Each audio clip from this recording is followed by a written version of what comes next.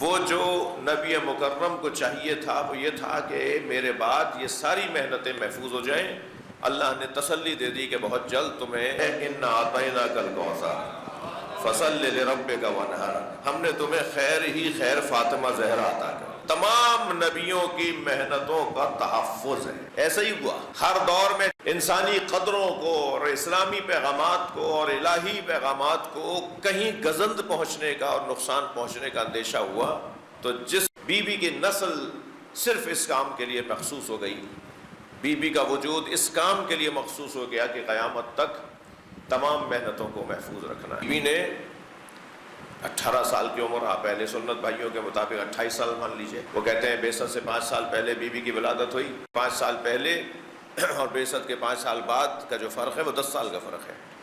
اس کے مطابق سیدہ جب 11 ہجری کے اندر شہید، ہمارے بھائیوں کے مطابق 28 سال ہے. آپ 28 سال ہی مان لیجئے. 28 سال عین جوانی کی کیفیت میں جس بی بی نے آج اس جگہ قدم نہیں رکھا تھا کہ جہاں بی بی کو قدم رکھنا پڑا، کس شان سے بی بی نے خطبہ ارشاد فرمایا ہے. 3 مردوں سے اور 2 عورتوں سے، مدینہ کی عورتوں سے 2 مرتبہ بی بی نے خطاب فرمایا، مردوں سے جناب زہرا نے 3 مرتبہ خطاب فرمایا. اور وہ تینوں خطبے جناب زہرا کے تاریخ کے اندر موجود ہیں. جب حضرت زید شہید کو گرفتار کر کے لے کر آئے تو حجاج نے کہا کہ آخری بات کرو، اب تمہارے سر کو اتار دیا جائے گا، تمہاری گردن ماریں گے. تو حضرت زید شہید اور بلیغ اسی حالت میں فصیح اور بلیغ خطبہ ارشاد فرمایا.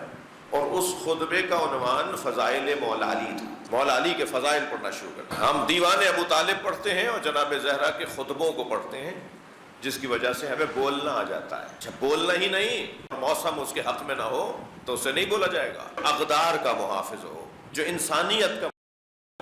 لہٰذا سارے بچے جناب زہرا کے اسی انداز سے، آپ جس امام معصوم کی زندگی کے حالات کو پڑھیں، بھرے درباروں میں اپنے خلاف ماحول کے اندر کھڑے ہو کر جس انداز سے ارشادات فرماتے. شمر گزارش سنا رہا ہے اور اس نے جیسے ہی کہا کہ ہم نے حسین کو گھیر کر بھوکا پیاسا کر کے انہیں گھیر کر سارے جوان مار دیے، سارے بچے مار دیے، سارے اصحاب مار دیے، اور پھر حسین جب تنہا ہو گئے تو حسین کو ہم نے گھیر کر مارا.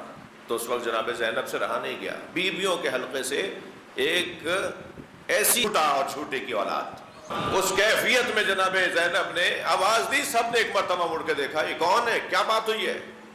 کہا یہ حسین کی بہن زینب ہے. پورا قصہ ہے، کہنا چاہتی ہیں. اس وقت جناب زینب نے خطبہ ارشاد فرماتی ہیں کہ یا یزید کد قیدک وجہت جہدک. اب دیکھیں ردھم، دیکھیے الفاظ جیسے شاعری کر رہی ہوں. باتیں یا یزید کت قیدک وجہت جہدک فوالذی شرفنا بالوحی والکتاب. ردھم ہے یا نہیں؟ یا یزید کت قیدک وجہت جہدک فوالذی شرفنا بالوحی والکتاب. اے یزید جتنی چالیں تو چل سکتا ہے چل، وجہت جہدک جتنی تو کوششیں کر سکتا ہے کر، فوالذی شرفنا بالوحی والکتاب. اے یزید اس اللہ کہ یہ شرف تو ہم سے نہیں چھین سکتا. تو ہماری گردنیں اڑا سکتا ہے، تو ہمیں اسیر کر سکتا ہے، مگر قرآن ہمارے گھر میں، نبوت ہمارے گھر میں ہے، اس شرف کو ہم سے کیسے لے لے گا؟